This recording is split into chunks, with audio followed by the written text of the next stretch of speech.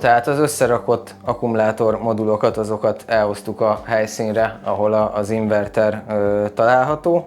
Felállítottuk az általam preferált installációs metódusnak megfelelően, tehát én ezeket így szoktam installálni azért, hogy egy kicsit kevesebb helyet foglaljon el.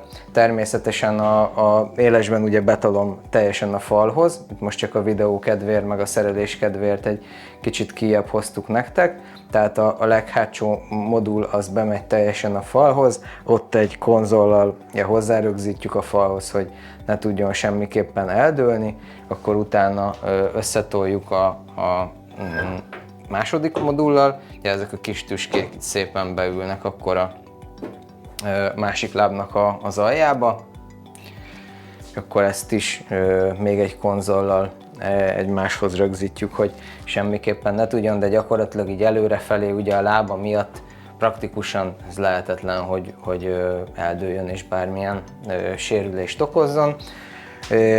És akkor nyilván ezt az installációt meg lehet úgy is csinálni, hogy a lábaira leállítjátok teljesen az akkumulátorokat, akkor ugye a felsőt rá kell emelni az alsóra, ahhoz már 2 ember kell, és akkor gyakorlatilag az is egy teljesen megfelelő metódus. Én ezt a kettőt ajánlom alapvetően, ugye így egy kicsit fölfelé foglal több helyet, úgy meg egy kicsit előrefelé foglal több helyet. Jó, így viszont teljesen betolva a falhoz gyakorlatilag nem lesz vastagabb, mint az inverter, tehát ez így egy elég úgymond praktikus megoldás, és akkor gyakorlatilag el is kezdhetjük az összeszerelés részt. Én mindig ellenőrzöm azt, hogy a circuit breaker, ugye kis megszakítók azok lekapcsolva legyenek, az akkumulátorok is legyenek kikapcsolt állapotban, illetve természetesen maga az inverter is lehetőleg legyen kikapcsolt állapotban. Jó, és akkor először ugye a rövidebb erőátviteli kábelekkel szoktam kezdeni, sőt, hogyha teljesen szabványosak akarunk lenni, akkor igazából az EPH bekötés a legelső, ez ugye fog kelleni még egyszer a kis szerszámom. Ugye itt van már egy előkészített EPH bekötési pont, természetesen ez most egy labor, tehát ezt ugye a helyszínen szebben elő kell készíteni, de gyakorlatilag a funkciója az ugyanaz.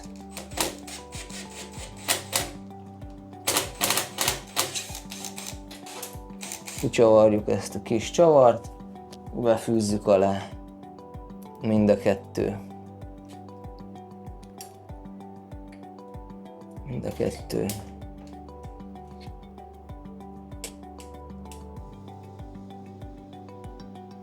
Szemes sarut egy kicsit szebb, hogyha ezt így a fogantyú alatt tesszük meg, de igazából esztétikai szemponton kívül ez semmit sem jelent. Akkor ugyanez ez elég jól be volt csavarva.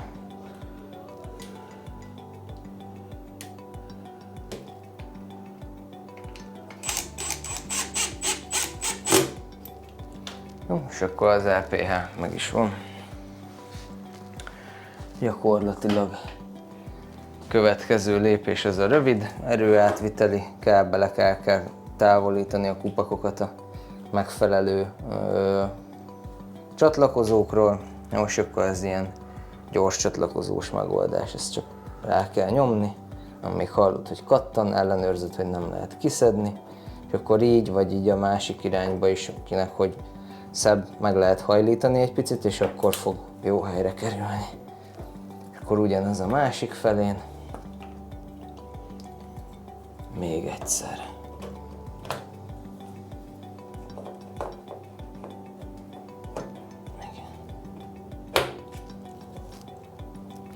Jó, ezután ugye akkor az adatkábelt is el lehet helyezni. Ez az, amiről mondtam, hogy néha cserélni kell. Ja, most ez az első akkumulátormodul az inverterhez közelebbi lesz nekem a Master modul, tehát ennek a PCS portjára fogunk megérkezni, és az out portjáról fogunk tovább menni a következő modulnak az in portjára. Ez nagyon fontos, mert nem fog különben működni az adatkommunikáció.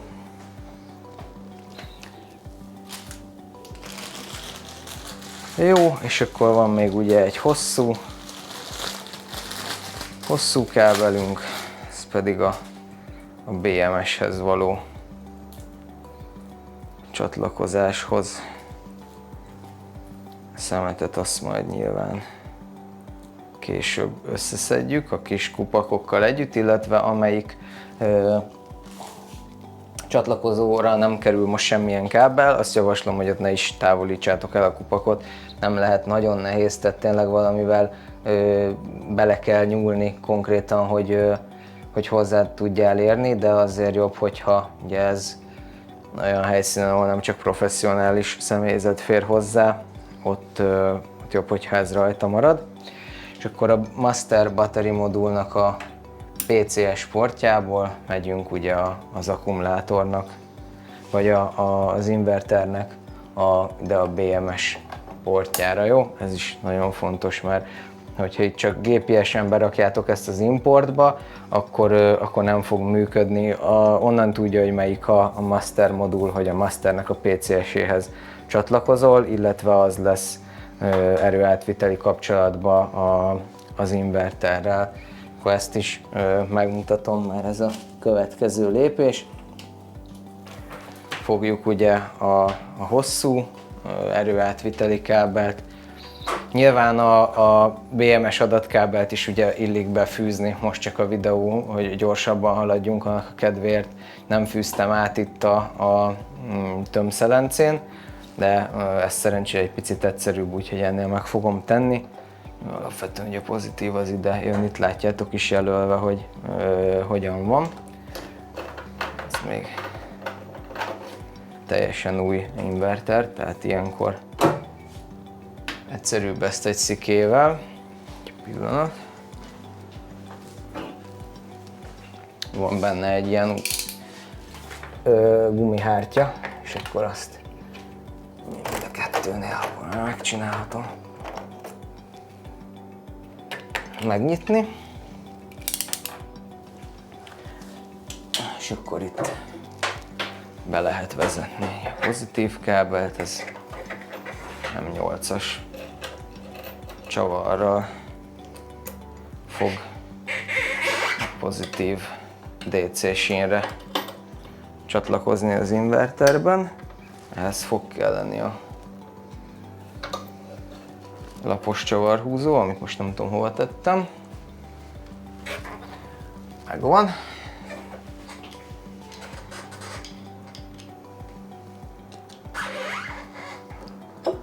Kábel sem a leghajlékonyabb.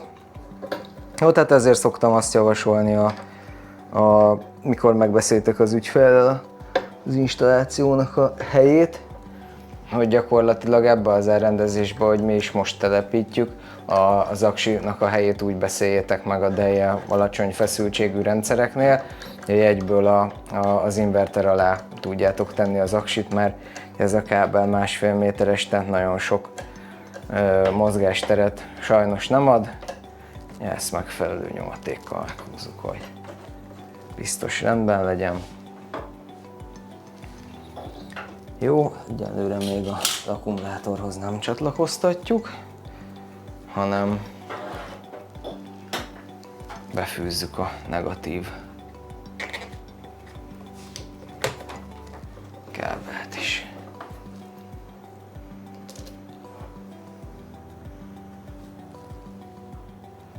Igen.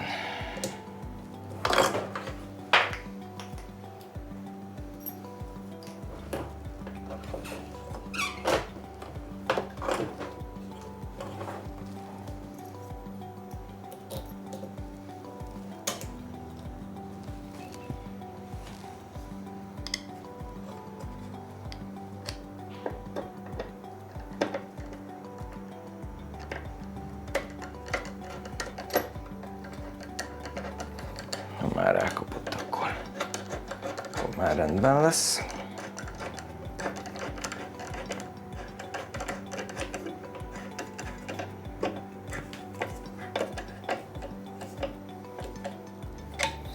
Jó, és akkor főleg, hogyha kinti telepítésről van szó, de egyébként is ugye akkor a tömbszelencéknek ezt a záróját, záró csavarját, ezt rá kell csavarni, és akkor ez ugye az IP65-ös vízmentes tömítésnek meg fog felelni. Szelence csavar.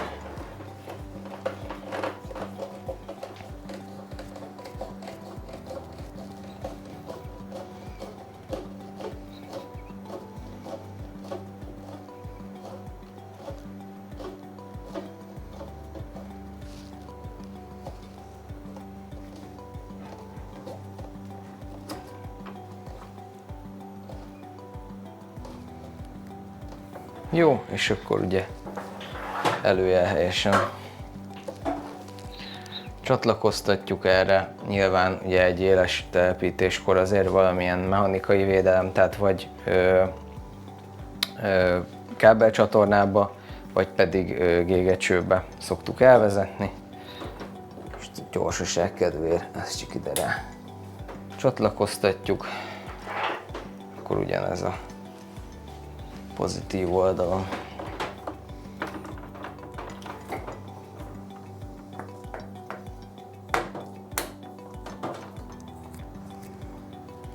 Jó, gyakorlatilag itt mindennel meg is vagyunk.